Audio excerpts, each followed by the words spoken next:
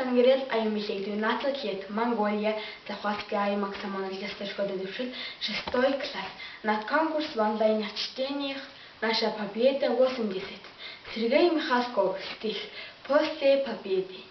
Спать легли однажды дети, окна все затемнены, а проснулись на рассвете, в окнах свет и нет войны. Можно больше не прощаться и на фронт не провожать, будут с фронта возвращаться, мы героям будем ждать.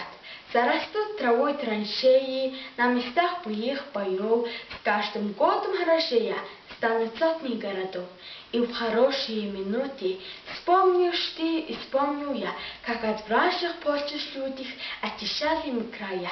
Вспомним все, как мы дружили, как пожарами тушили, как у нашего крыльца молоком парней поили, посидевшего отпили утомленного бойца.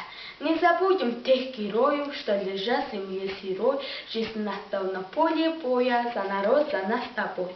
Слава нашим генералам, слава нашим адмиралам и солдатам рядовым, спешим плавающим конным, утомленным закаленным, слава павшим и живым, от души спасибо им. Спасибо за внимание.